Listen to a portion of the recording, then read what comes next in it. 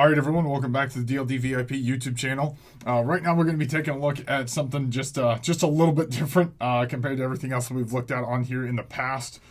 So from Ohio Ordnance, this is one of the M240-SLRs. It's built pretty similarly to essentially like the A1 variant, kind of similar to the first variant of the 240 Bravo.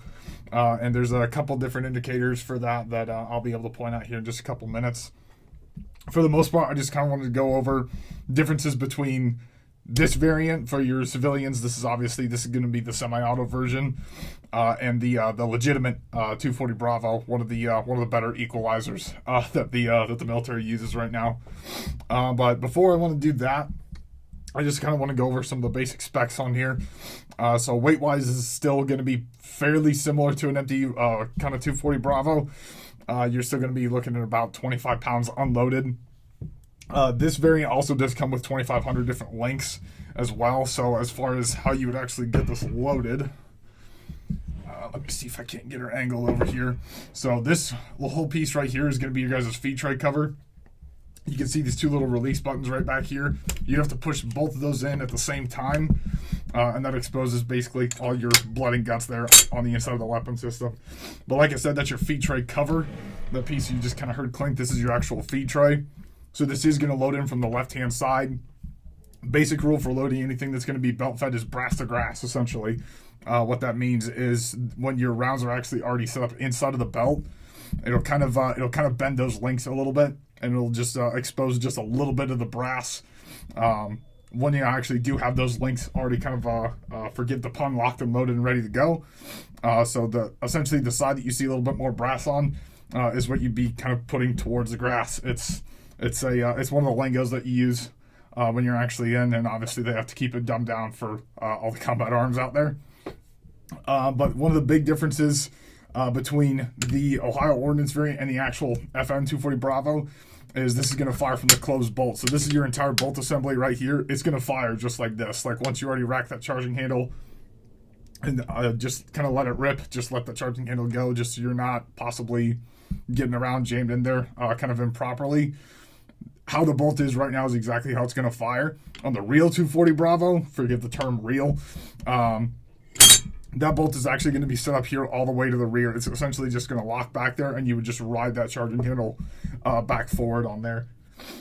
But aside from that, I just wanted to kind of go over that just because I know they can be a little bit confusing for anyone that may not have necessarily dealt with these before. Really, the only things on here, I just mentioned the charging handle. Really, the biggest things on here that are going to be similar kind of carbon copy-ish to the kind of standard FM240 Bravo is a charging handle. The biggest difference is it's just not going to be the same length, essentially. It's got a little bit more kind of stoutness to it. Essentially, how you would always want to grip that is always underhand. That's how at least we were taught. It just kind of enables you to kind of get behind it and get a little bit more power there. Other thing that's kind of similar is your heat shield right here. And even then, if you wanted to ditch it, because one of the rules at the end of the day is ounces equal pounds, pounds equal pain. This on top of all the ammo and possibly a spare barrel that you're going to be carrying with you, every ounce counts, believe me. So if people do not necessarily want to have that heat shield on, because obviously you're not going to be doing a C-clamp on something like this, you can literally just pop it right off. There's a couple different retention pieces right there at the end of your gas system. It'll just rip right off. Really the only other thing as far as kind of different similarities between that and the real 240 Bravo go is you guys a sight picture, and even then it's not going to be anything too crazy. It's actually going to be kind of similar to how you would see like the front side of like an M1 Garand, M14, M1A, something like that. It is still going to be optic ready. The big thing with this being optic ready though is since it's on the feed tray cover, you're probably going to want to get something a little bit more stout than a SIG MSR. It's may not necessarily be rated for what you could qualify as essentially a civilian variant of a cruiser machine gun. But just make sure it's kind of snug on that Picatinny system right there, just so it doesn't kind of pop off.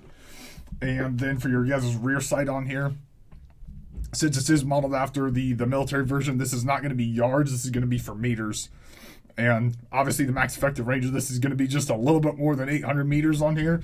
But adjusting is pretty easy. You've just got those little kind of two releases there on the side. And you can still flip it up for that little kind of aperture there just towards the rear. When I mentioned a little bit earlier that this is kind of modeled after the original, biggest indicator of that is the buttstock. Anymore, whenever these get issued out, they've got a collapsible one, and they're nowhere near the size of this, quite frankly. This one's actually pretty small. Talking about differences and everything. This fully collapsed. I'm well over 6 foot. This fully collapsed. The real thing fully collapsed. Right next to me, the muzzle's damn near just a little bit above my chest. And this is definitely shorter than that. But as far as this buttstock goes, it's still just going to be kind of basic synthetic polymer style. And you are going to have a little sling point back there. And your first one is going to be kind of there towards the front, just kind of above your guys' bipod on here. And as far as slings go, again, get something that's rated for a little bit more weight, just in case you do kind of decide to do a, what's the term, poverty pony, something like that. Just make sure that it's something with a lot of length to it and a lot of kind of strength to it also. Biggest difference, at least in my eyes, that I would say compared to this and the FN240 Bravo is definitely going to be your guys' bipod on here. For any of you that don't necessarily know if something is kind of rated for a mil spec, that means that it's not going to be the best. It's kind of going to the lowest bidder as far as how those parts are going to get built out. This bipod is definitely not mil spec. It's going to be built a little bit more sturdy than that. And even then, it's still kind of modeled a little bit after those standard ones. It's going to differ compared to things like your M60 that uses the same bipod that like a Barrett would use, or the kind of thinner and flimsy one you'd see on like a 249 saw. This one, since it does shoot obviously around just a little bit bigger than the saw, excuse me, they are kind of got this set up for something just a little bit more stout. Essentially, you can kind of see those two little kind of curved feet there at the very bottom. And believe it or not, those do make a pretty big difference. As far as getting this deployed, though, you just kind of have to push in on both of those, and then there's that little release right there to kind of let those sling free. But yeah, I wanted to kind of jump into something like this because, I mean, what better to talk about than something modeled after a pretty badass machine gun. But yeah, other than that, I think I'm going to bounce. Thank you guys for watching.